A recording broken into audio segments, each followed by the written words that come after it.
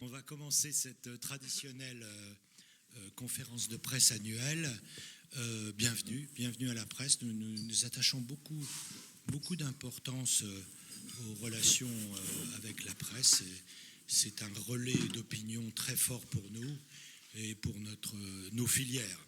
Eh bien, donc cette conférence de presse, je vous le rappelle, est organisée par l'ameublement français présidé par Arnaud à mes côtés, la CNEF, notre fédération, et l'IPEA. Alors pour la CNEF, je voudrais dire deux mots. Aujourd'hui, il y a quelque temps, c'était la FNAEM, la Fédération nationale de l'ameublement. Aujourd'hui, c'est la CNEF. Pourquoi ? Parce que nous avons abouti le 31 décembre à la fusion des deux filières ameublement et électroménager. Effectivement, ça fait une fédération qui est quasiment doublée, puisqu'aujourd'hui, nous avons 70 enseignes et 7500 magasins. L'électroménager, eh bien, c'est la téléphonie aussi. Alors aujourd'hui, cuisine, literie, téléphonie, luminaire, revêtement de sol et murs. Effectivement, ça représente aujourd'hui la plus grosse fédération et la seule vraiment représentative de l'équipement du foyer. Voilà pour quelques précisions sur cette fédération qui aura son assemblée générale en juin. Arnaud, tu peux nous dire deux mots sur... Tout d'abord, bonjour et bienvenue. Merci Didier pour cette présentation. Dire que, au-delà de ce qui a été présenté par Didier, et de dire qu'on apprécie effectivement de pouvoir communiquer avec vous, en tout cas vous partager, vous donner les éléments sur lesquels on est très investi, très engagé, mais dire aussi que c'est un moment important pour nous de pouvoir partager entre fabricants et distributeurs, puisque c'est vraiment le symbole de cette conférence de presse annuelle, de pouvoir partager, puisqu'on a beaucoup de combats communs avec la CNEF, et puis avoir la caution des chiffres de l'IPEA, c'est également très important. Donc, ça fait une transition. Donc, bienvenue. Bonne conférence. Tu veux compléter ? Deux mots, parce que le symbole de cette amitié entre la fabrication et le négoce, c'est l'IPEA, puisque je rappelle toujours que l'IPEA a été fondée par l'UNIFA à l'époque, l'ancien nom de l'ameublement français, et la FNA, pour avoir des chiffres et faire vivre notre profession avec ces chiffres. C'était très important parce qu'à l'époque, nous étions complètement aveugles sur les chiffres et les perspectives. Donc, sans plus attendre, je passe la parole... Cathy, tu vas faire la transition. Je vais faire, au-delà de la transition, surtout vous expliquer comment va se dérouler cette conférence de presse. Donc, en effet, on va passer environ 1 heure ensemble. On va avoir la présentation des résultats 2025 du marché par l'IPEA, et puis on vous donnera des perspectives et des points sur les sujets qui nous préoccupent actuellement pour mettre en perspective aussi l'année 2026. Et on vous propose, ça va durer 35 minutes à peu près, et on vous propose un temps d'échange après. Donc n'hésitez pas à noter vos questions pour qu'on puisse échanger à la fin des présentations. Mais on sait que vous attendez tous les résultats du marché de l'ameublement en 2025. Et donc j'ai le plaisir d'avoir avec moi Guénaël Sévenot, qui est président de l'IPEA, et Christophe Gazel. Et donc, messieurs, je vais vous laisser nous dévoiler les résultats de cette année 2025 avec peut-être déjà le global de l'année, Guénaël. Qu'est-ce qu'on peut dire ? D'accord. Eh bien, 2025 c'est plutôt bien comporté, on va dire, avec une baisse e-level de 1,8% du marché, ce qui constitue quand même une perte non négligeable de 250 millions d'euros, mais après un recul de 2024 qui était autrement conséquent. Certes, le marché reste cependant légèrement au-dessus du niveau de 2019, c'est-à-dire la période avant le Covid et la période inflationniste qui a suivi, bien entendu. Alors, on est dans un marché qui est en pleine mutation, moins de volume et plus de valeur. Ça, c'est un fait que l'on a pu constater sur ce marché. Alors, des éléments encourageants, bien entendu, se dégagent toutefois au cours des derniers mois, puisque le second semestre s'est bien comporté, mieux orienté, avec 5 mois consécutifs de progression, ce qui n'était pas arrivé depuis 2022, où on avait eu effectivement quelques mois qui avaient successifs de progression. Le deuxième point fort, effectivement, c'est que le segment de la cuisine a retrouvé de la croissance, sous l'influence, bien entendu, des spécialistes cuisine, mais aussi grâce à la grande distribution, surtout avec un effet important sur la deuxième partie d'année.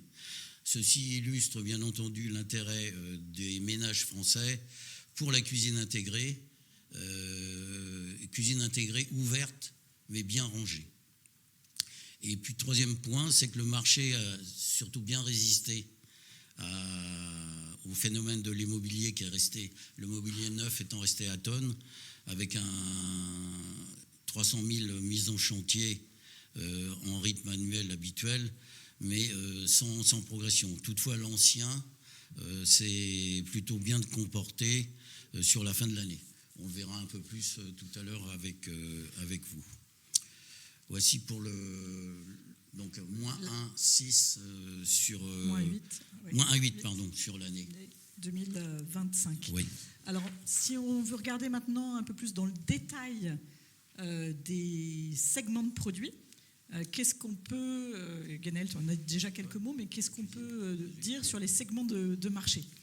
En fin de compte, donc, bonjour à toutes et à tous. Donc, sur les segments de marché, bravo à la cuisine, c'est-à-dire que l'ensemble du marché de la cuisine a progressé de 2% en valeur. Didier, tu le disais tout à l'heure, il y a de nombreuses années, la profession était aveugle. Là, on voit mieux, mais c'est quand même un peu de brouillard. Pourquoi ? Parce que c'est pas facile de s'y retrouver dans ce satané marché du meuble, puisque, Guénel en parlait, on a une évolution valeur-volume qui est quand même très complexe à appréhender. Et du coup, plein d'acteurs ne se retrouvent pas, par exemple, dans ce chiffre de plus 2 de cuisine, surtout quand on dit que les spécialistes cuisine, ils ont fait plus 4-6 en valeur. Il y a plein de magasins de cuisine qui disent c'est pas possible, etc. Et cette évolution valeur-volume, elle est vraiment centrale dans l'évolution de notre marché, parce que depuis 30 ans, on évolue avec plus de volume pour plus de valeur. Et les acteurs de la cuisine, surtout spécialistes, nous montrent qu'on peut créer de la valeur en ayant moins de volume. Par contre, il faut faire des picouzes régulières aux forces de vente, parce qu'il y a moins de trafic. Et du coup, on sait très bien qu'un vendeur, quand il y a moins de trafic, il perd un peu l'efficacité. Et quand il chope un client, il ne veut pas le perdre, donc il peut faire des bêtises. Donc la formation est un élément central dans l'évolution de notre métier. Et le boulot des spécialistes est vraiment un boulot d'orfèvre, de driver un marché qui, d'une manière mécanique, est en train de perdre des volumes. Mais à 4-6, ça montre qu'il y a des différences aussi énormes entre les réseaux, puisque les réseaux qui ont les moyens de communiquer réussissent à maintenir du trafic, et ceux qui n'ont pas la puissance de la communication, le consommateur, il les zappe. Donc, c'est pas tombé comme ça par hasard, cette croissance de la cuisine. C'est pas uniquement lié aux produits, c'est vraiment une stratégie construite des acteurs depuis 20 ans et qui porte ses fruits. Donc, j'aurais tendance à dire, et Guénel en parlera, maintenant, c'est le job des gens du meublant de recréer de la valeur sur leur marché, parce qu'on va voir que c'est un peu complexe. Je te laisse la parole sur le meublant, Guénel. On va passer plutôt à la deuxième famille. Ouais. Je ne l'ai pas pris dans l'ordre, finalement. Qui nous intéressait, c'est le canapé, fauteuil et banquette. Donc, on a un recul, effectivement, de moins 1,8 en valeur, soit quand même 2,4 milliards de chiffre d'affaires, pour une part de marché autour de 18%. Donc, cette famille limite la baisse. Ce segment est resté très fortement animé par la grande distribution et les spécialistes avec une pression promotionnelle un peu accrue. À noter toutefois les efforts de certains acteurs de la grande distribution qui ont su retravailler leur offre et leur merchandising pour apporter plus de valorisation effectivement aux produits. La troisième famille, c'est la literie, qui rentre dans le rang après 2 années performantes. Le recul est de moins 2,7% sur un marché à 2 milliards, toutefois, et une part de marché à 14,7%. On notera effectivement le développement des ventes de literie grande taille, 160 et plus, ce qui a permis de soutenir l'activité en valeur, bien entendu, et une augmentation du panier moyen. Les spécialistes voient leurs résultats progresser sur cette année, mais essentiellement avec un parc qui augmente, et qui augmente d'ailleurs d'année en année. Et par contre, la grande distribution et le e-commerce sont un peu à la peine sur cette activité literie. Je te laisse la parole pour la salle de bain. Alors, la salle de bain, en fin de compte, on le voit chaque année, la salle de bain est énormément tributaire de l'évolution de l'immobilier. Donc, neuf en berne, transaction en berne, même si vous en parlerez, ça bouge et ça bouge dans le bon sens. Et espérons que ça va bien se poursuivre. Ce qui est intéressant dans le marché de la salle de bain, c'est que cette baisse d'appétit et de besoin d'équipement vient directement toucher la grande distribution sur ses volumes. Et on revient toujours sur ces logiques valeur-volume. Alors que les bénistes, les acteurs qui sont capables d'offrir une salle de bain différente, montée en gamme, etc., s'en sortent plutôt bien. Alors, ils sont comme les cuisinistes, ils ont un problème de trafic. Ceux qui gèrent bien leur réseau, ceux qui communiquent bien, continuent à améliorer d'une manière plus que notable leur panier moyen, parce qu'on a une partie de consommateurs sur du renouvellement qui cherchent réellement la montée en gamme, la différenciation, et ça fait plaisir de voir qu'il y a un arbitrage favorable envers la salle de bain qualitative et montée en gamme. Et dans la salle de bain, je rappelle que c'est vraiment une conjonction de tous les acteurs. On a le mobilier, on a la céramique, on a les sanitaires, et là, ça devient, on le dit depuis plusieurs années, mais ça s'accélère, et ce qui est rassurant, c'est que vis-à-vis des populations plus jeunes, surtout la génération Z, ça commence à les éduquer dans le bon sens, puisque vous avez bien vu l'explosion des cosmétiques en provenance de Corée, etc., etc. Et on est d'accord ou pas d'accord, mais il y a de plus en plus de produits cosmétiques vendus et il faut les ranger. Et cette pièce de bien-être a de très belles années devant elle, même quand l'immobilier est en panne. Le jardin. Bon, alors on passe au jardin. Donc le jardin, si c'est un temps comme aujourd'hui, c'est pas facile. C'est-à-dire que il est toujours tributaire des conditions météo. Donc pareil sur le jardin, faiblesse de la grande distribution sur des volumes quand les conditions météo sont pas là, et succès des différenciations d'offres avec bien entendu des belles marques françaises qui réussissent maintenant à équiper le jardin avec des salons de jardin complets qui peuvent rester dehors. Et du coup, ce mobilier de jardin, il avait été attaqué par les e-commerçants, il avait été attaqué par la grande distribution, et on voit bien commence aussi à arriver un havre de paix de spécialistes jardin, souvent liés à des paysagistes, qui créent de la valeur sur une offre différenciante, avec des repères de marque. Okay. On va passer au meublant. Donc si le meublant reste le premier segment en valeur, 4,3 milliards d'euros, on affiche une non-performance à moins 4% pour l'année, soit 32% de part de marché. Aucun produit ni circuit ne se démarque. Certes, on va observer que les meubles à destination de la chambre ont des résultats un peu meilleurs que les autres, mais ça reste un secteur difficile. Alors on a cherché à avoir quelques explications sur cette non-performance. Un, c'est la concurrence du marché de la seconde main ou de l'occasion sur ce segment, alors que le consommateur, bien entendu, cherche à maîtriser ses dépenses dans un contexte socio-économique difficile. Donc le marché de l'occasion. Deux, c'est la transformation de l'habitat. De plus en plus de cuisines ouvertes sur le salon séjour, donc ce qui limite effectivement les meubles dans l'autre partie. De plus en plus de baies vitrées et d'ouverture sur l'extérieur pour répondre à certaines contraintes. En conséquence, de moins en moins de murs pour y mettre des meubles type enfilade, buffet et composables. Troisième point, c'est l'arrivée de nouveaux discounters asiatiques dont on parlera ensuite, mais également la poursuite du développement des acteurs de discount de la vente physique qui, en proposant des prix toujours plus bas, tirent bien entendu le marché vers le bas et empêchent la création de valeur. Le quatrième point, c'est le fort équipement des ménages en mobilier de bureau dans la période Covid, qui se répercute aujourd'hui puisque les gens sont fournis en bureau. Et puis un degré moindre de la chute de la natalité qui pénalise bien entendu les ventes de chambres, enfants et bébés. Voilà pour la partie meublant, qui reste, toutefois, il faut le remarquer, la plus grosse part de marché de ce métier. Alors, on a regardé le marché selon les familles de produits. Si maintenant, vous en avez dit déjà quelques mots, mais si maintenant on regarde ce marché selon les circuits de distribution, qu'est-ce qui ressort cette année ? Alors, on va parler des points. Alors, juste avant, il faudrait peut-être préciser à qui profitent ces nouvelles règles, c'est-à-dire moins de fréquentation dans les points de vente, la faculté également à s'adapter à de nouveaux usages. On a vu le marché de la cuisine qui marche vers quelque chose de plus ouvert, et puis repositionner effectivement l'humain là où il était remplaçable.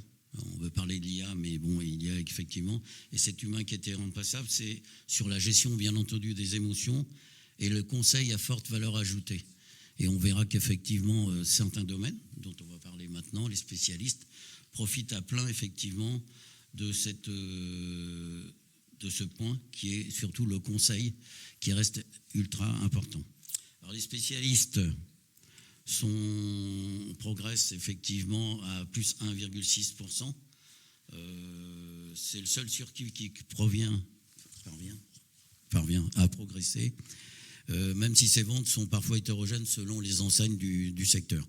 Les cuisinistes, bien entendu, on en a déjà parlé, enregistrent les meilleures performances, mais il faut tempérer cela par rapport à 2 années d'activité qui étaient fortement en baisse, 2023 et 2024, chez les cuisinistes, où il y avait une chute, je crois, de 6%, où les référentiels, effectivement, étaient négatifs. Les résultats des spécialistes literie, c'est plutôt favorable, mais c'est lié à l'ouverture de beaucoup de nouveaux points de vente. Et les spécialistes salons, eux, sont plus en retrait, avec des performances plus contrastées selon les enseignes. Alors, le jardin et la salle de bain, on en a parlé plus en avant. Je te laisse la parole pour les GSB. Oui. Donc côté GSB, on est directement lié au bâtiment et à la rénovation. Donc c'est vrai que c'est une panne. On est légèrement négatif, avec toujours cette volonté de la GSB de poursuivre sa stratégie d'aménagement de la maison. Et là-dessus, configurateurs et surtout les investissements massifs de grands groupes dans l'IA sur le projet, ça va définir une partie de la montée en gamme de solutions pour le consommateur qui, depuis le Covid, aime bien préparer son projet installé dans son canapé sans se déplacer dans les points de vente. Donc on voit bien que tous les industriels et les acteurs de la grande distribution de bricolage investissent énormément dans cet accompagnement sans forcément de leur côté jouer la carte des vendeurs. Les derniers concepts montrent que vraiment il y a un effort énorme sur simplifier le projet, et l'IA est moteur dans cette démarche-là.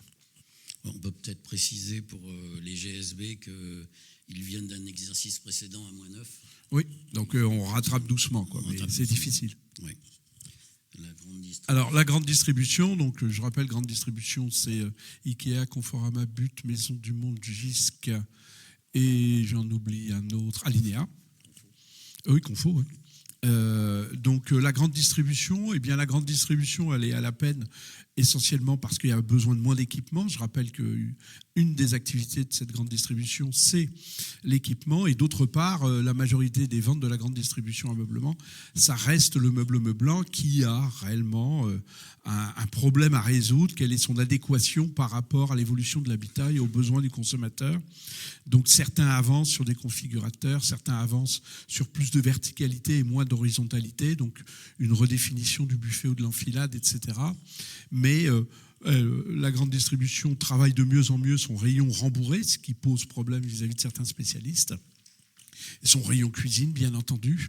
Et du coup, on est en ordre de marche pour réorganiser et soit monter en gamme, soit descendre, contrer ces nouveaux discounters sur des produits d'équipement. Donc les stratégies sont en cours de redéfinition permanente pour ne pas oublier le plancher et la bagarre du prix, ce qui est compliqué vis-à-vis de ce qui sera présenté, à règles égales, bien entendu, et monter en gamme en service pour le consommateur.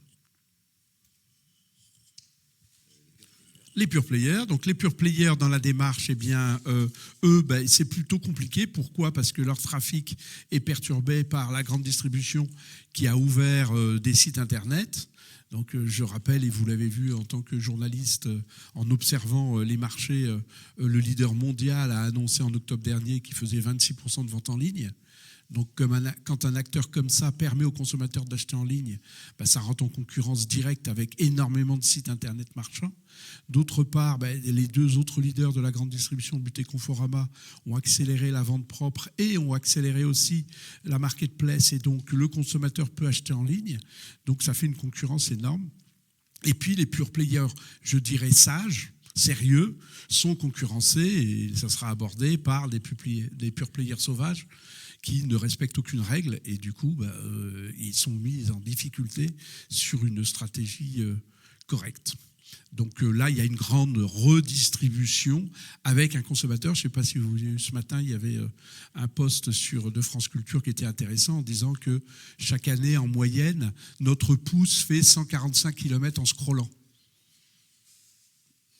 J'ai trouvé que l'information était intéressante parce que les sociétés dont on va parler tout à l'heure, ils jouent sur ce côté qu'on a toujours le pouce qui se promène sur ce petit écran, et il y en a certains qui savent nous faire des pushs permanents pour nous dire achète, tout et n'importe quoi.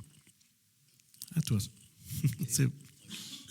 Donc on va terminer par le milieu et le haut de gamme, où la chute est significative, parce qu'on est à moins 3,8. C'est un peu une correction légitime eu égard aux difficultés du meublant, qui est le marché principal du milieu et du haut de gamme. Un de ces marchés principaux, le rembourré, lui, permet de sauver quelque peu le recul. On peut toujours, c'est un circuit où on peut toujours s'appuyer sur une base de clientèle fidèle, c'est la force, et surtout sur le phénomène de proximité, notamment sur la catégorie des seniors, qui n'hésitent pas, bien entendu, à dépenser plus quand ils ont besoin de s'équiper. Alors, la clientèle senior reste un élément important, mais il faut également songer à un autre type de clientèle qui est la génération Z. Dans ce contexte, on peut préciser que le milieu de gamme a moins souffert que le haut de gamme, le haut de gamme ayant une concurrence loisir, budgétaire, qui a fait que le haut de gamme, certains clients ont penché vers plus le loisir et donc moins d'achat de meubles. Voilà en ce qui concerne la partie milieu haut de gamme. Merci pour ce tour des circuits de distribution. Bien entendu, j'ai vu que certains prenaient des photos. Vous allez recevoir le dossier de presse juste après en format électronique. Et on vous propose de continuer pour regarder un peu les perspectives 2026 avec deux enjeux qui va être de conforter ce début de reprise qu'on a vu s'amorcer sur le second semestre 2025 et puis restaurer l'équité de marché. On va pouvoir faire un focus là-dessus. Alors si on commence par les sujets de reprise, Didier, oui, qu'est-ce qu'on peut dire sur ce marché en général ? Pour introduire un petit peu notre relatif optimisme pour l'avenir, je voudrais faire un point sur le marché du meuble en général. Il faut savoir qu'on est quand même sur 2 années de recul. 2023, moins 2,5, 2024, moins 5,1. Donc c'était quand même 2 années très difficiles. Alors aujourd'hui, cette année, on a un recul moins prononcé qui est de moins 1,8, et notamment au second semestre, il y a eu franchement une reprise des affaires, et surtout une reprise très marquée dans le marché de la cuisine qui tire toujours notre marché. Alors, il faut prendre le recul nécessaire pour analyser cette situation actuelle et ses prolongements. Vous voyez la courbe que vous avez au tableau. On a pointé en 2023 à 14,9 milliards. On est redescendu à 13,6. Mais il faut savoir que dans les années 2000-2007, on était déjà à 13. Donc c'est un marché qui oscille. Et qui qui stagne entre 10 et 14 milliards. Sur le moyen et le long terme, on confirme, ça confirme toujours ce caractère cyclique, avec en 2025 un recul d'une ampleur bien moindre évidemment, et un marché quand même au total qui reste supérieur à celui de 2019 en valeur. Alors, au cours de ces derniers mois, je pense que certaines conditions à la reprise paraissent être plus ou moins réunies et on affiche quand même un certain optimisme, malgré tout. Arnaud, tu peux nous dire peut-être 2 mots ? Je pense que c'est Jean-Charles. Je voulais juste, non pas contraster, mais quand on parle d'un chiffre d'affaires qui est à peu près équivalent à celui qu'il était en 2019-2020, il y a eu 20 ou 25% d'inflation depuis. Si on le retraite en volume, je pense que ce n'est pas la même histoire. Et si la distribution réfléchit en chiffre d'affaires, nous, on réfléchit en volume pour occuper nos salariés. Voilà. Oui, tu as tout à fait raison. Mais bon, on a quelques signaux positifs, Oui, Jean-Charles, sur le... il y a des signaux positifs quand même, en tout cas à date, puisqu'on vit dans un environnement international quand même très instable, et c'est ce qui conditionne tous nos états d'esprit à chacun et chacune. Il y a quand même un pouvoir d'achat des ménages qui s'est stabilisé, avec une inflation qui est désormais en France maîtrisée, un des plus bas niveaux européens. 0,9%, c'est beaucoup mieux en termes d'inflation, beaucoup moins, et donc mieux que la plupart de nos pays voisins. Une croissance qui a eu tendance en France à reprendre un petit peu de vigueur à la fin de l'année. On est à plus 0,8 sur 9 mois. Et selon la Banque de France, le pouvoir d'achat devrait encore progresser, donc de l'ordre de 0,7% en 2025. Donc ces facteurs contribuent à restaurer un petit peu une capacité d'achat. Merci. Et si on regarde maintenant l'immobilier, dont certains de nos marchés, comme la cuisine par exemple, sont... Le rangement dressing. Le rangement dressing, pardon Arnaud aussi, oui, c'est vrai, ton métier. La salle de bain. Oui, assurément, il est d'usage de dire que, sous contrôle de Christophe Eganel, que le meuble se vend et est très corrélé à l'activité de la construction du bâtiment, des transactions, j'allais dire du déménagement d'une façon générale. Et on l'évoque à 35% en moyenne. Et sur les familles citées par Cathy, effectivement, le dressing, la cuisine, la salle de bain, ça se rapproche plutôt des 45%. Alors qu'il va de soi qu'on est très attentif à un immobilier qui était en berne depuis quelques années désormais. Donc les bonnes nouvelles, c'est que l'ancien repart en 2025, s'agissant donc des transactions immobilières avec un niveau une progression de 11% qui représente à peu près 940 000. Je crois qu'au plus bas, on est redescendu à 700 000, je crois. Et pour un plus haut qui était peut-être à 1 250 000, 1 300 000, c'est les ordres de grandeur, j'avais en tête. S'agissant du neuf, je tiens à souligner, on n'a pas les chiffres peut-être définitifs de 2025, on parle de 272 000 en tout cas, c'était 240 000 je crois en 2024, donc il y a eu quelque chose qui s'est passé. Pour revenir à 240 000 logements, il faut remonter à 1952 où il y avait 26 millions d'habitants en moins comme en France. C'est vous dire quand même à quel niveau la chute est abyssale. Donc une activité qui est bien sûr encore sous la moyenne historique à moins de 9,5%. Néanmoins, des permis de construire, et si on doit regarder le verre à moitié plein, des permis de construire qui augmentent de 15,6%. Et pour 313 000 livraisons attendues. Alors, il y a un sujet qui est le sujet du financement. Il est dit que les taux qui s'étaient envolés... Alors, s'était envolé, tout est relatif. Quand on a mon âge, j'ai souvenir d'avoir emprunté à 13% en 1989. Donc, toi aussi, Didier. Donc, quand on parle, même quand c'est monté à 5, 6, tout est relatif. Mais par contre, les salaires augmentaient, le pouvoir augmentait également. Donc, à toutes choses égales par ailleurs.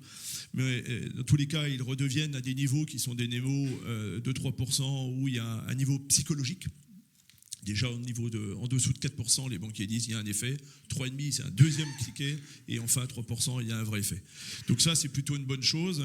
La maîtrise de l'inflation et des taux moyens de crédit à l'habitat qui sont plutôt contenus à 3%, ça constitue un pouvoir d'achat immobilier qui se situe à 3%. Le crédit à l'habitat, effectivement, les derniers chiffres de novembre sont de 2025, de novembre 2025 se situe à 12 milliards. Il faut avoir en tête que le point bas, c'était janvier 2024 qui se situe à 6,9 milliards. Que néanmoins, quand on se situe probablement à la fin de l'année à 145 milliards pour 125 l'année dernière, donc c'est une progression. Mais le point 2019, ça devait être 220, 230 milliards, 260 en 2022. Donc on est encore loin, donc il y a encore du chemin à faire. Mais je voudrais ne pas passer sous silence. On serait sur le point d'avoir un PLF, on serait sur le point d'avoir un budget. Et il y a un plan relance. Voilà, il y a un plan relance logement qui a été voté, qui porte sur 2 millions de logements jusqu'à 2030, 400 000 par an.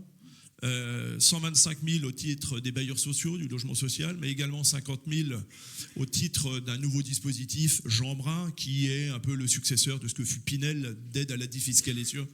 Donc on peut considérer, ils annoncent déjà 400 000 pour l'année 2026, 400 000 de 26, 27, 28, 29, 30. Donc ça quand même, ça nous conduit à être optimistes. Et quand on sait que les premiers chiffres constatés, donc on va dire un niveau se situant aux alentours de 12 à 13 milliards par mois, on commençait réellement en avril. Et quand on sait le décalage qu'il y a entre le moment justement de l'octroi de ces prêts et le moment où ils se traduisent dans la vente de nos meubles, etc., les 12 ou 18 mois, on peut considérer que peut-être qu'au deuxième semestre 2026, il va y avoir quelque chose qui va s'accélérer pour un retour à meilleure fortune. Voilà ce que je pourrais dire. Et puis effectivement, les arbitrages, consommation, épargne, encore prudent. On sait que l'argent est quand même très fléché vers l'épargne. Donc, mais on voit des signaux qui nous donnent des bonnes nouvelles. Des bonnes perspectives. Des bonnes perspectives. En parallèle, notre filière est très mobilisée contre un sujet qui nous préoccupe, qui est les pratiques déloyales des marketplaces étrangères, et on va le dire particulièrement les marketplaces chinoises. On va le dire, on va citer d'ailleurs Temu en tête. On parle beaucoup de Chine, mais sur notre secteur de l'équipement du foyer, c'est plutôt Temu, qui fait moins de bruit, mais qui est bien plus dangereux. Et Jean-Charles, Est-ce que tu peux nous donner quelques visions globales de ce sujet ? Oui, alors le commerce extérieur de meubles français, il a toujours été déficitaire en termes de commerce extérieur, hein, ça c'est une constante. Il a été à raison à peu près de 2/3 d'importation, voilà. Et sur ces 2/3 d'importation, 75 puis 70% étaient de provenance intra-européenne, hein, voilà, grosso modo. Ça, c'est une constante de long terme, pour situer les choses. Néanmoins, depuis à peu près 24 mois désormais, d'abord sur des produits de décoration, puis sur des produits de ce que l'on appelle petit ameublement, hein, du rang-chaussures, des petits produits comme ça, on assiste à une montée en puissance et à une présence accrue d'un certain nombre d'acteurs chinois. Pourquoi ? Pour une raison simple, enfin une double raison simple. Le marché intérieur chinois, notamment immobilier, s'est inversé, ils ne sont plus en forte croissance, donc ils ont des capacités de production supérieures, et leur marché historique d'exportation, qui était le marché américain, s'est contracté sous l'effet des droits de douane et de l'imprévisibilité des décisions américaines. Donc le seul marché mature pour l'ameublement qui demeure à l'échelle mondiale, c'est le marché européen. Donc il y a un phénomène de réorientation, presque de déversoir. Et après l'équipement de la personne, c'est maintenant l'équipement de la maison, au sens large du terme, qui est concerné, porté par des marketplaces qui n'ont aucune situation juridique en Europe et en France, au premier rang desquels Temu. Pour nos familles de produits, c'est de loin Temu. D'ailleurs, depuis les récentes polémiques de fin 2025, Chine ne commercialise plus, à date en tout cas, de produits d'ameublement. Voilà. Temu s'est imposé en France. Selon les statistiques de la FEVAD, les enquêtes, c'est le 3e site de e-commerce le plus visité en France, avec 24,6 millions de visiteurs mensuels. Quand même. Alors, c'est pas 24,6 millions de Français. C'en est qui vont plusieurs fois par mois sur Temu. Voilà. Ça fait quand même une croissance de presque 180%, 179% pour être précis, d'audience quotidienne en 2 ans, et ça veut dire que 37% des Français, selon une récente étude de consommateurs de l'IPEA, ont déclaré avoir acheté sur Temu ou Chine. Plusieurs produits confondus, enfin, tout produit Tout confondu. produit confondu. Mais, alors, on a le détail, sur ce qu'on appelle la décoration, on est presque à 46%, je crois. Le bricolage est concerné, l'ameublement également. Ces fréquences d'achat, ce qu'il faut retenir, si on prend un peu de recul historique, c'était les fréquences d'achat que l'on constatait sur ces mêmes marketplaces en termes d'équipement de la personne il y a environ 4 ans. Donc, alors, je ne dis pas que le futur sera le même, j'espère pas, mais voilà. Donc on a un phénomène massif, on le voit, et ce qui nous pose problème aujourd'hui, c'est qu'on a des pratiques quand même très particulières sur ce type de plateforme. Oui, alors ce n'est pas l'émergence d'une nouvelle forme de concurrence. De toute façon, sur tout marché, la concurrence a toujours existé, c'est intrinsèque à un marché, mais ce sont les pratiques déloyales et polymorphes qui introduisent une inéquité dans le jeu concurrentiel. On en a pour preuve, Chine vient comme de se prendre en cumulé sur quelques mois 190 millions d'euros d'amende en France, pour différents motifs. Il y a une enquête de la Commission européenne qui est en cours contre Temu, au titre de ce que les fonctionnaires européens appellent les Digital Service Act, c'est-à-dire une directive qui vise les pratiques des produits illégaux, les pratiques trompeuses de non-conformité produits. En France, on est en relation avec les services de la DGCCRF et des douanes en charge de ce dossier. Il y a plusieurs enquêtes qui sont en cours également contre ces pratiques de ces plateformes chinoises. À Roissy, ça a été suffisamment médiatisé, fin 2025, quand il y a eu des opérations très médiatisées de contrôle en entrepôt de ce qui arrivait. Ils ont montré que 80% des colis qui avaient été contrôlés n'étaient pas conformes aux règles de sécurité d'information des consommateurs. On va y revenir dans les minutes qui viennent à travers plusieurs exemples concrets.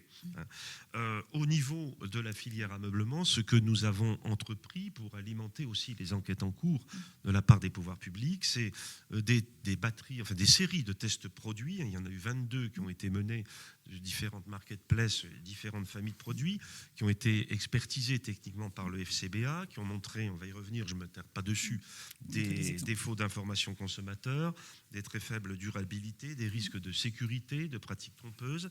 Et puis, on a fait mener également, plus particulièrement sur Temu, par une avocate spécialisée, une analyse juridique indépendante des pratiques commerciales de cette plateforme. Donc, on va maintenant vous montrer en fait quelques exemples pour illustrer ce qu'on peut trouver sur ce type de plateforme et pourquoi on est particulièrement mobilisé sur ce sujet-là. Arnaud, tu veux nous donner un exemple ? Bon, j'ai un exemple à citer, effectivement, comme le disait Jean-Charles à l'instant, les travaux du FCBA, notre centre technique, nous ont permis d'analyser un certain nombre de produits, et là on est dans le cas d'un lit superposé dont la défaillance structurelle a été parfaitement identifiée, définie, argumentée du fait de barrières de sécurité qui sont rompues. On a une non-conformité à la norme obligatoire NFEN 747 pour 2024. C'est-à-dire que bien souvent, dans leurs fiches, ils annoncent des normes, mais c'est plus celles qui sont en vigueur. Déjà, celles qu'ils annoncent, ils ne la respectent pas, et en plus, il y en a eu déjà 2 depuis. Donc, ça pose une vraie difficulté. Alors, ça donne l'impression d'une crédibilité. À partir du moment où on met EN, le consommateur, ça peut être de nature à le rassurer, mais tout ça est vain. Donc des risques multiples pour les enfants, qu'il s'agisse de pendaison, des risques de chute, de coincement. Et puis bien sûr, des informations trompeuses. Qui peut penser un seul instant qu'un enfant de 14 ans va jouer du toboggan sur ce lit superposé ? En tout cas, c'est la façon dont la fiche produit est présentée. Et donc, et enfin, un sujet qui est une des raisons pour lesquelles on est très militant sur l'éco-contribution visible, puisque c'est le seul moyen pour identifier les contrevenants, les fraudeurs. Eh bien, c'est qu'on le voit sur cette fiche, il est nulle part fait mention d'un montant d'éco-contribution quand c'est pas la TVA. Donc, on est en permanence sur une suspicion de fraude. Donc on a vu des enjeux de sécurité qui sont importants sur les produits de ces plateformes. Alors on voulait faire un focus quand même pour rappeler que la sécurité est un sujet qui est au cœur des préoccupations des professionnels, y compris quand il s'agit de produits d'importation. Voilà, et faire bien la différence entre ce qui peut se passer sur ces marketplaces où on a des vendeurs tiers qui finalement ne sont jamais appelés en responsabilité, et un travail très sérieux qui peut être fait bien sûr par les fabricants mais également par les distributeurs. Oui, il faut quand même distinguer les importations et les importateurs. Les importateurs qui ont une présence physique dans nos pays, et dans notre pays en particulier, ont le souci quand même de la pérennité de leur clientèle, de sa sécurité. Et quand ils importent, il y a de multiples procédures strictes, reconnues, certifiées pour la plupart, par des organismes extérieurs pour garantir justement la sécurité, la qualité et la conformité des produits. Alors ces contrôles, ils sont nombreux, très procédurés, d'amont en aval. Ils vont du sourcing sur toute la chaîne d'approvisionnement, et avec des exigences évidemment renforcées, notamment sur la zone asiatique. Voilà. Sans rentrer dans le détail, mais on pourra ici à des questions y revenir, il y a une sélection rigoureuse des fournisseurs dans le pays même de production. Il y a des contrôles qualité en amont des usines, dans les usines et dans les ports de départ dans les pays de production. Et puis il y a des vérifications régulières à l'arrivée, jusque dans les magasins, une fois que les produits sont en rayon. Ça peut concerner jusqu'à une vingtaine d'étapes techniques confiées à des laboratoires internes, externes, certifiés. Alors après, chaque distributeur a ses propres procédures, mais il y a des moyens qui sont mis en œuvre. Il y a des moyens importants, humains, financiers. Ça, c'est pour offrir aux consommateurs des garanties élevées de sécurité, évidemment, et de qualité, à l'inverse de ces plateformes qui entretiennent une opacité parfois sur leurs fournisseurs, on va y revenir, et du coup sur tout ce qui est trait aux produits eux-mêmes. Certains industriels et distributeurs, comme Schmidt Group par exemple, vont encore plus loin, par exemple en ayant des démarches labellisées. Alors c'est FRAR, c'est une démarche sous l'initiative, le contrôle du ministère de l'Industrie, mais qui vise à avoir des démarches d'achat, y compris pour leurs importations, durables et responsables. Voilà, on a tenu à faire cette précision parce que parfois quand on dit on a un vrai problème sur ces produits d'importation sur les marketplaces chinoises, pour bien distinguer ce qui se passe dans des réseaux avec des acteurs sérieux en Europe qui sont responsables au regard de leurs juridiquement, clients, et ce qu'on peut trouver sur ces plateformes. Alors on a parlé de la dangerosité des produits, on a aussi évidemment des produits qui sont mensongers et contrefaits. Un autre exemple sur... On est effectivement sur une allégation mensongère tout à fait caractérisée, puisque là on est sur un matelas à mémoire de forme qui n'a que le nom, mémoire de forme, puisque c'est un simple surmatelas d'une épaisseur de mousse qui est 3 fois inférieure, une certification qui est loin d'être démontrée, et puis qui est mis donc de façon tout à fait illégale sur le marché, puisqu'il y a l'absence d'étiquetage biocide. Bon, les tests qui ont été faits là également avec le FCBA, on a des dispositifs qui permettent de constituer un vieillissement du matelas, etc. ont démontré qu'au bout d'un an, le confort du matelas était largement dégradé. Et puis à nouveau, ces sujets de suspicion de fraude sur la TVA et l'éco-contribution. Difficulté également, puisqu'il se trouve que pour mener nos tests, nous avons passé commande, nous avons commandé sur ces sites. Cathy, tu as arrêté depuis. Tu vas plus sur Temu maintenant.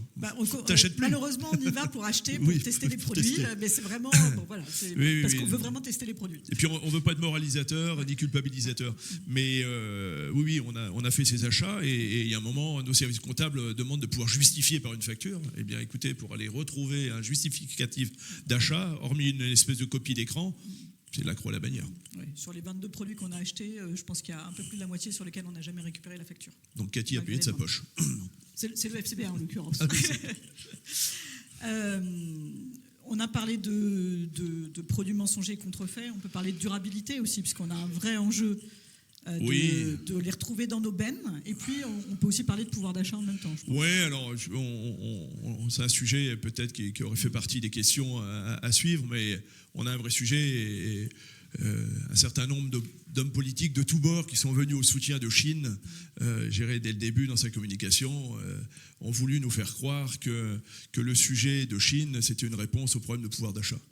Et nous, notre position, c'est qu'on a une vraie difficulté avec cette notion de pouvoir d'achat. La notion de prix, c'est quoi le vrai prix? Déjà, se rappeler que les produits qui arrivent à vil prix sur notre marché se font dans le cadre d'un dumping d'État, je dirais, produits chinois. Donc ça, c'est une première chose, puisque quand on fait l'analyse de la valeur, les prix qui arrivent sur notre marché ne sont pas le prix de la matière première, tout simplement. Et parfois pas le prix d'éco-contribution qui serait supposé également avoir. Donc ça pose quand même un vrai problème, effectivement, de coût de transport, etc. Et donc, il y a un vrai questionnement, et là encore une fois, sans être moralisateur, sur ce qu'on appelle le prix. Le prix, c'est quoi? Est-ce que c'est le prix au moment où on fait l'achat, ou est-ce que c'est le prix dans sa durée de détention?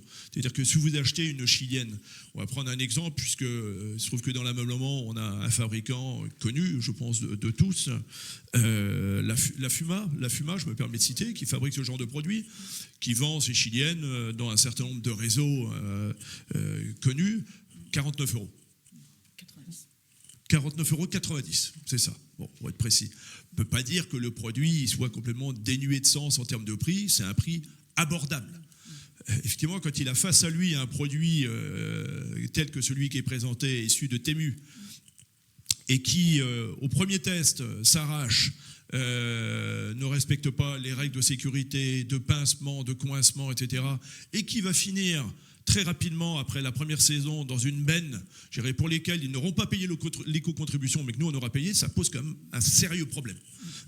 Donc, on a effectivement ces pratiques déloyales des places de marché qui se traduisent aussi par un bilan environnemental qui est totalement scandaleux. Voilà. En tout cas, qui n'est pas celui qu'on s'applique à nous dans des démarches que l'on conduit depuis très longtemps, d'éco-conception, de durabilité. Voilà, il y a un vrai décalage. On a parlé de danger pour les consommateurs, on a parlé de produits qu'on va retrouver très vite dans les bennes. Il y a aussi un manque à gagner pour l'État d'un point de vue TVA, très probablement, et puis pour les éco-organismes.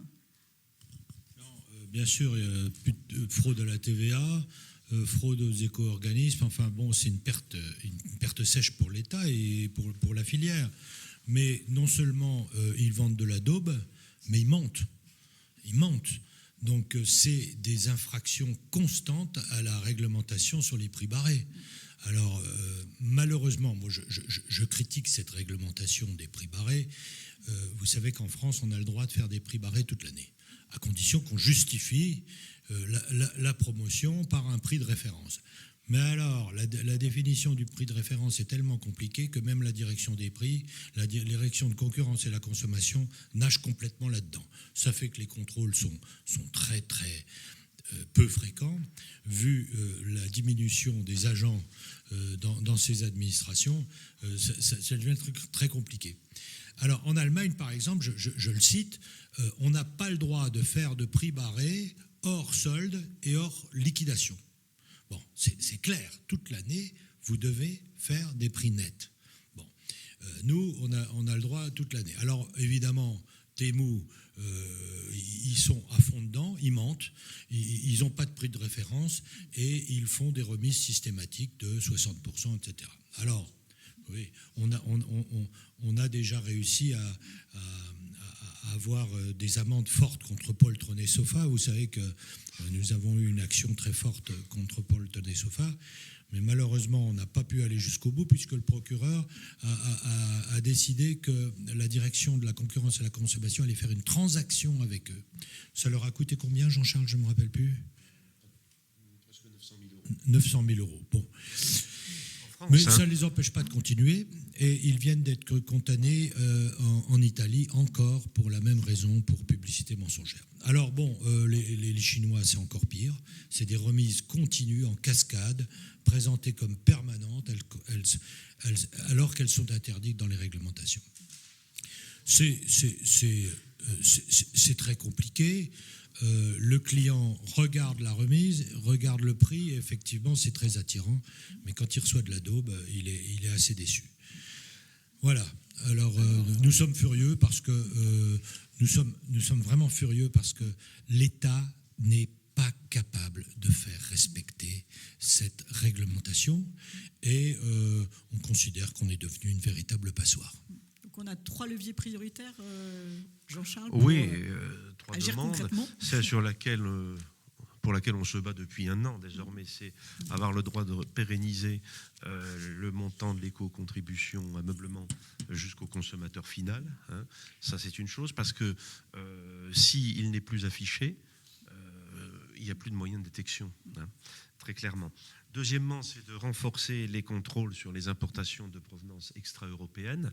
Il a été montré qu'il n'y avait même pas 1% des colis qui étaient contrôlés. Mais pour ça, il faut donner plus de moyens aux administrations, hein, notamment à la DGCCRF et aux douanes. Et puis, troisièmement, c'est faire évoluer la réglementation européenne en vigueur pour lui permettre d'aller jusqu'à une capacité de suspension ou d'interdiction temporaire ou définitive de l'activité de certains acteurs qui contreviennent à toutes les règles. Et puis il peut y avoir d'autres types de mesures. Oui, On alors, va peut-être pas dire- enfin, je sais pas si tu veux en dire un mot, mais- de façon, oui, très synthétique. Il y en avait certaines d'ailleurs dans le PLF. Quand il y a eu fraude avérée, notamment la conformité des produits, c'est qu'il y a une présomption renforcée de fraude, ce qui peut être un outil facilitateur pour Oui, l'administration. parce qu'on rappelle en fait qu'un des points de défense de ces plateformes aujourd'hui, c'est de dire c'est pas moi qui suis responsable, c'est le vendeur tiers qui est basé en Asie, qui disparaît aussi vite qu'il est apparu. Et donc le fait de mettre les plateformes responsables en tant qu'importateurs présumés, ce serait une façon de les engager en responsabilité. Voilà. Et puis il y en a d'autres, elles sont affichées, mais le temps presse et elles sont détaillées dans le dossier de presse. Voilà. Donc on est arrivé au bout de ce qu'on avait envie de partager avec vous, tant sur les résultats 2025 que sur les perspectives de 2026. Et on est à votre disposition s'il y a des questions parmi vous. On peut peut-être faire passer un micro. Hop, Anatole, merci. Je vais en récupérer un peu. Bonjour, Laurent Delez, Univers Habitat. L'État n'aime pas la fraude à la TVA. Est-ce que ce n'est pas le levier qui peut accélérer les choses ? Alors, je peux peut-être répondre sur ce point-là, parce qu'évidemment, on en a déjà beaucoup discuté. La prise de conscience de la fraude à la TVA, elle est assez récente. Elle a commencé sur la mode. On a des sénateurs et des députés qui s'en sont préoccupés, puisque justement, quand on n'arrive pas à récupérer des factures, c'est quand même, ou qu'on arrive à récupérer des factures puis que la TVA n'est pas appliquée. Voilà, là, le point de difficulté, en effet, c'est que comme c'est une vente directe d'un vendeur tiers à un consommateur. Donc c'est très compliqué à étudier, mais ça fait partie des points d'analyse aujourd'hui de la DGCCRF notamment, puisque comme on vous l'a montré sur les exemples, en fait, quand un vendeur tiers est fraudeur sur un point, il l'est finalement sur 4 ou 5. Donc le fait de regarder par un bout permet de remonter la chaîne. Et c'est vrai que la fraude à la TVA, c'est quand même peut-être là où l'État a le plus d'intérêt à aller chercher. Donc, oui. Ouais. On a beaucoup de mal à estimer les volumes et les valeurs derrière ces plateformes. Ça fait partie justement des éléments d'enquête en cours. Mais ouais. On peut estimer à combien la fraude à la... Enfin, combien de produits Alors, sur les 22 produits qu'on a achetés sur Temu et Chine, je pense qu'il y en a plus de la moitié sur lesquels on n'a jamais réussi à avoir la facture. Sur l'autre moitié, la facture, la TVA était affichée. Est-ce qu'elle est pour autant payée, versée ? C'est un autre sujet. Ça, on peut pas... En fait, c'est très compliqué d'aller tracer un produit. Et puis, je peux le dire, je vais faire du name and shame. On a aussi acheté des produits sur Amazon, de vendeurs tiers. Je ne sais pas vendu par Amazon, des vendeurs tiers Amazon, où on nous disait TVA appliquée et la TVA n'était pas appliquée. Donc voilà. Donc oui, il y a très très probablement un énorme manque à gagner pour l'État, mais qui est en fait extrêmement dispersé sur des tonnes de vendeurs tiers. Voilà. Oui, Eric Sorgeant, Néomac, j'ai une question qui concerne le consommateur. Quels sont les recours actuels pour un consommateur qui achète un produit sur Temu et qui se retrouve, on a vu cette chaise pliante avec un doigt coupé, ou un enfant qui se casse la figure, se pend sur la mezzanine. Est-ce que est-ce que déjà ces consommateurs peuvent témoigner ou solliciter l'État? Est-ce que c'est comptabilisé? Et également, est-ce que vous envisagez peut-être une action avec les pouvoirs publics? Parce que les consommateurs qui vont acheter sur Temu ne sont pas forcément ceux qui vont nous lire. Et aujourd'hui, Temu a une puissance algorithmique, c'est-à-dire qu'une fois que vous avez cliqué dessus, il vous suit partout. L'algorithme sur votre téléphone, et donc les gens sont incités à recliquer. C'est presque du jeu vidéo où on a des remises, on gagne des points. Et on parle beaucoup des réseaux sociaux. Là, ça devient presque une sorte d'addiction, en fait, cette plateforme-là. Voilà, c'est une question un peu large. Est-ce que vous avez des réponses? En termes de responsabilité juridique, s'il y a un accident, c'est la responsabilité du metteur sur le marché, c'est-à-dire du producteur. Un des soucis que l'on a relevé notamment sur Temu, enfin que l'avocate spécialisée par échantillonnage et examen du site, c'est la traçabilité et l'identification de ce réel producteur. Il y a une opacité assez prononcée, pas systématique, mais assez prononcée, qui empêche de savoir si c'est quelque chose mis en place par Temu, si c'est quelque chose par un vendeur tiers, et si oui, lequel. Et donc, la capacité de recours, qui plus est pour des opérateurs basés très loin, sans existence juridique en Europe ou en France, elle est inframarginale, très clairement. Hein. Pour peut-être compléter ce que Jean-Charles a dit, donc si vous avez un problème sur un produit type Temu ou Chine ou n'importe quelle autre plateforme, vous pouvez le signaler. Et la plateforme a l'obligation immédiate de retirer le produit et d'arrêter le vendeur tiers. Moi, je l'ai déjà fait, en effet, en signalement de produits qu'on avait testés. Et en effet, le produit disparaît très vite. Ça ne veut pas dire que le vendeur tiers ne se recrée pas sous une autre forme. Voilà. Enfin, c'est tout le point de difficulté. Aujourd'hui, à ma connaissance, il n'y a pas eu de malheur, mais il pourrait y en avoir, parce que les produits qu'on a testés ne passent pas les tests de sécurité. Voilà, donc il faudra peut-être qu'on attende qu'il y ait un problème très très grave, malheureusement, pour que ça puisse ressortir au grand jour. Normalement, chaque vendeur tiers doit avoir un référent au sein de l'Europe, un mandataire qui doit être capable de répondre aux questions. Là aussi, en fait, c'est beaucoup de boîtes vides derrière lesquelles il n'y a personne qui répond. En fait. C'est un numéro de téléphone en Angleterre, une adresse mail en Outlook et une boîte postale rue de Pontieux dans le 8e. Quoi. Enfin, quand c'est pas l'usurpation d'identité. Oui, on a déjà vu l'usurpation d'identité de société aussi. Un des gros problèmes aussi, c'est la copie. Christophe me donnait l'exemple de la chauffeuse Togo de nos amis Rosé, qu'on a vu sur un site à combien? 200 €? Hier, il y avait un bubble en promotion, une copie de bubble en promotion par une société lettonne, c'est même pas la Chine, lettonne à 99 €. Bon, je sais pas si c'est pas le prix du tissu. Un fauteuil. On marche sur la tête. Sinon, on peut donner aux consommateurs l'adresse mail et le numéro de téléphone de Donald Tang, le PDG de Chine, puisqu'on l'a rencontré à plusieurs reprises et il fait tout bien.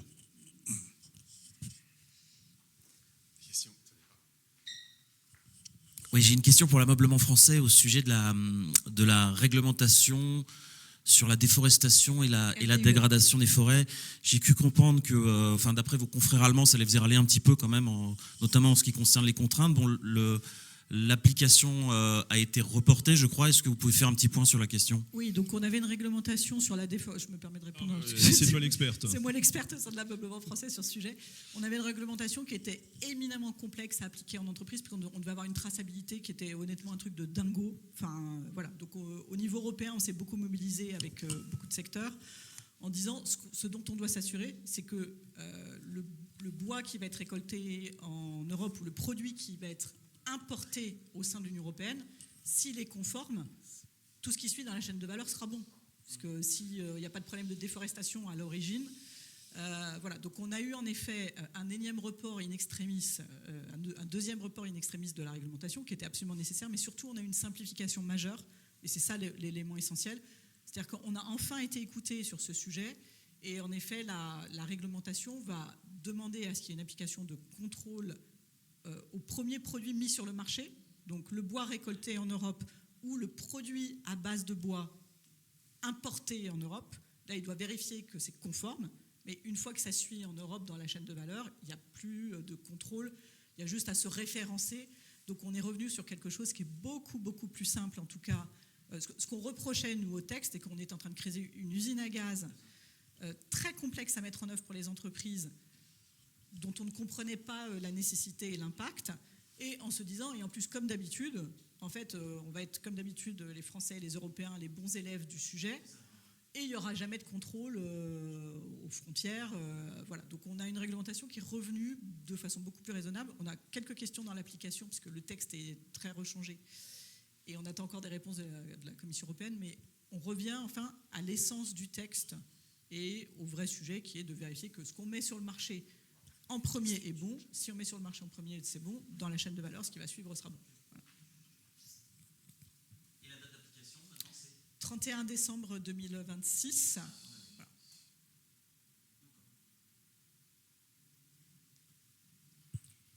Est-ce que vous avez d'autres questions? Oui, alors moi j'ai une question. Alors on revient un peu plus au début et aux notions de chiffres, puisqu'on a évoqué le fait que voilà, les volumes baissaient, qu'on était vers de la valeur, et puis Arnaud Wyss a évoqué le fait que l'inflation avait été forte. Est-ce qu'il y a des indicateurs sur ces évolutions de volume justement au fil du temps, parce qu'on a vu la courbe sur le chiffre d'affaires, mais quelle tonalité on peut avoir en matière de chiffres pour le mesurer?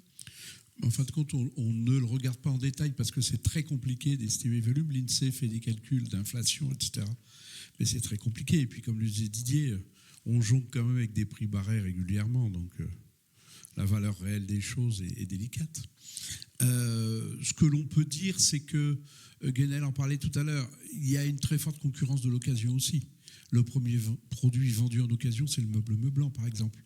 Donc, l'arrivée de cette seconde main fait qu'il y a déjà un appétit moindre sur les volumes neufs, et en plus, le consommateur a trouvé, grâce à des plateformes, la facilité d'acheter du produit d'occasion, et certains acteurs le favorisent dans une logique de circularité. Ce qu'on peut estimer comme ça au global sur le marché du meuble, c'est vrai que par rapport à 2019, on pense qu'il y a 20% de volume en moins sur l'ensemble du marché. Après, il faut le regarder par catégorie de produits, etc.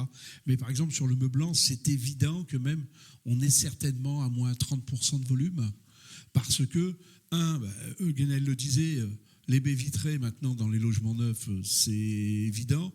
La cuisine ouverte, si j'ai pas un pan de mur contre le mettre mon enfilade, je vends plus d'enfilade.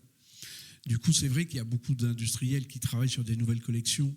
On verticalise, on crée, ou là, on a des nouvelles collections chez des fabricants français avec des canapés qui ont un dos qui est aménagé pour faire du rangement parce que c'est un meuble qui sert de séparation avec la cuisine et tout.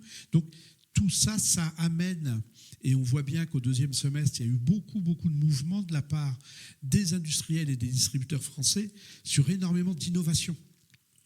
Il y a de l'innovation stylistique, mais il y a énormément d'innovation d'usage.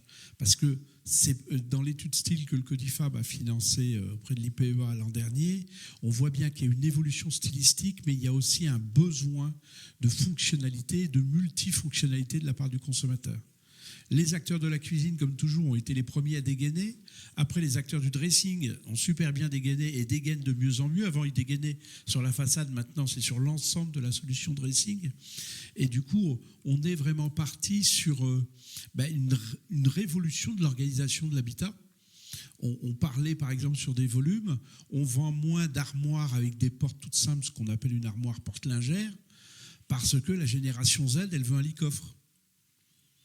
Parce que dans un lit-coffre standard, on met 40% de volume de rangement en plus que dans une armoire lingère qui était les meilleures ventes de la grande distribution depuis 20 ans. Du coup, on a des évolutions des modes d'habiter qui se sont accélérées avec le Covid. Et là, tout le tissu industriel et tous les distributeurs réfléchissent à réorganiser, mais ce n'est pas facile quand on a un magasin de réorganiser les rayons et de se dire, je mets plus de mètres carrés pour tel type de produit et moins de mètres carrés pour tel type de produit. Est-ce que je ne vais pas trop vite? Comment je vais faire la péréquation de mes marges, etc. Mais on est vraiment dans un mouvement fort. Et sur le meuble meublant, parce que c'est vraiment un des sujets clés sur les volumes, ce qui est le plus inquiétant, c'est l'arrivée de ces sauvages chinois, si je puis m'exprimer ainsi, et puis de certains Européens, parce que Temu, il a quand même un siège en Irlande, hein. Et puis je parlais de la boîte Letton, etc., il y en a plein d'autres.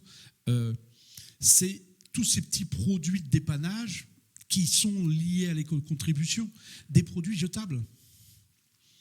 Et du coup, si ça ne paye pas l'éco-contribution, si ça ne paye pas la TVA, que j'achète un petit chevet comme ça pour 5 € qui me sont remboursés, comme tu le disais, parce que l'appli, elle me propose toujours des remboursements, des bons d'achat, etc. Et ben, en fin de compte, j'achète ce truc-là et au bout de 3 mois, j'en ai marre, je le fous à la poubelle. Et du coup, c'est une catastrophe pour l'industrie, pour la distribution, pour l'État et pour la planète, quoi. Mais on marche sur la tête. Mais ça fait un certain temps qu'on le savait un peu. Et accessoirement pour le consommateur. Accessoirement pour le consommateur. Mais on a une partie de consommateur qui est sur une logique de fin des 30 glorieuses consommation. Consommation compulsive. Voilà, et du coup, il dépense peu, mais il a plein de produits. Donc, on l'a vu chez les discounters maison. Oui, ça donne l'illusion d'avoir du pouvoir d'achat. Je rappelle qu'une bougie sur 2 achetée par les Français, elle est jetée avant d'être allumée. Hein. Parce qu'il y a de la poussière dessus et qu'on l'a retrouvée à 99 centimes d'euros chez Action. Du coup, on marche sur la tête. Mais bon, après, chacun fait ce qu'il veut. Moi, je voudrais juste rajouter une chose. Sur les chiffres, on voit e-commerce 8,7%. Je me rappelle, il y a quelques années, on voyait des progressions incroyables et on pensait qu'on allait monter à 15% d'e-commerce dans l'ameublement. Bon, on est à 8,7%.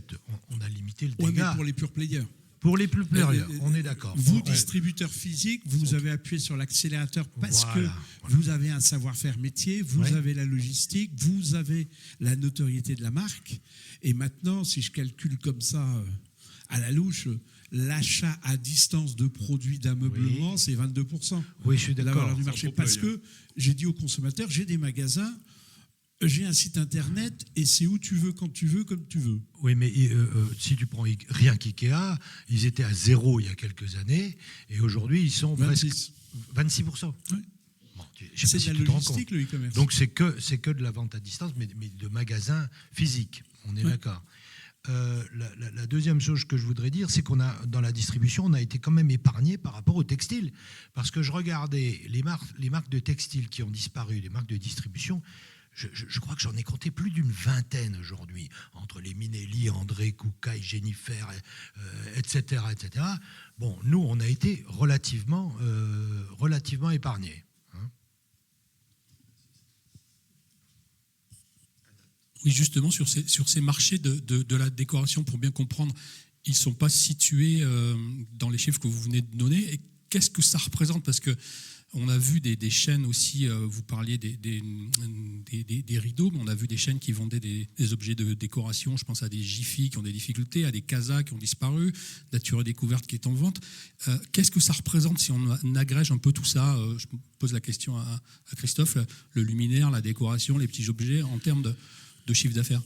En fin de compte, quand on regarde sur l'année 2025, l'ensemble d'éco, si on prend le paquet d'éco, y compris luminaire, on est à peu près stable en valeur. Par contre, on a une explosion des volumes avec ces discounters, que ce soit les plateformes, que ce soit les nouveaux discounters physiques, Action, Centracor, Fabrique de Style, etc. Donc, le consommateur, il consomme de la déco. Nous, ce qu'on se dit, c'est que comme il en consomme plus, bon, un problème, c'est qu'elle est jetable, mais deux, il a quand même besoin d'une capacité de stockage. Donc, normalement, il a besoin de plus de solutions pour ranger, pour l'avenir de notre meuble meublant. Hein, regardons les choses quand même en face. Hein.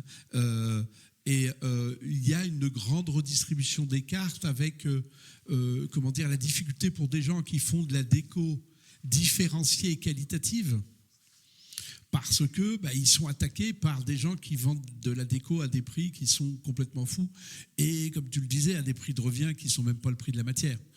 Donc c'est là où il y a une très grosse difficulté. Et ça, je pourrais vous envoyer j'ai plus en tête l'estimation de la valeur du marché de la déco, parce que c'est quand même, ça bouge dans tous les sens. Mais ça, je pourrais vous envoyer un complément d'information sur la valeur de ce marché de la déco, qui est énormément bousculé. Ce qu'il faut savoir, c'est qu'il y a 5 ans, les Français n'achetaient pas de déco en ligne. Et là, avec ce pouce qui se promène sur l'écran du portable, ils en achètent de plus en plus. Parce que c'est facile, ça arrive au relais, ça arrive dans la boîte et ça coûte rien, quoi. Et avec la mode américaine de toutes les thématiques. C'est-à-dire qu'ils scrollent pour acheter les 4 assiettes pour Noël, les 4 trucs pour Pâques. Quoi. On multiplie les événements pour acheter des trucs à thème. Et les gens, regardez les mugs de Noël, on n'en voyait pas avant. Maintenant, Flying Tiger, Action, etc., il y a des mugs de Noël. Et la plupart du temps, dans nos enquêtes consommateurs, après Noël, les gens, ils les mettent à la poubelle. C'est même pas mis dans un espace de recyclage vaisselle, parce qu'on a des sociétés qui vendent de la vaisselle, qui font des opérations comme récupérer les fringues pour récupérer, et nos amis de France Éclat de la table font des actions de récupération de la vaisselle, et Écomaison travaille aussi dessus. Le seul souci, c'est que là, le consommateur, c'est du produit qui met à la poubelle, tout simplement. Y a-t-il d'autres questions ? Madame ? Bonjour. Vous avez parlé effectivement pour la question des meubles meublants, des baies vitrées, des cuisines ouvertes, etc. Est-ce qu'il n'y a pas aussi une corrélation avec les superficies moyennes de l'habitat aujourd'hui dans les au rangement intégré? C'est évident que, il y a moins de mètres carrés, même si on a vraiment 2 France. Il y a la France des maisons avec un nombre croissant de chambres disponibles. Et l'incitation des professionnels, dont les acteurs du dressing, c'est de dire, vous avez une chambre dispo, faites-en une belle pièce dressing. Hein, mais dans les logements construits, il est clair qu'on optimise les mètres carrés. Donc, ça peut faire aussi le bonheur de certains concepts de distribution et de fabrication, hein, puisqu'il y a une recherche d'optimisation du rangement rapporté au mètre carré. Voilà.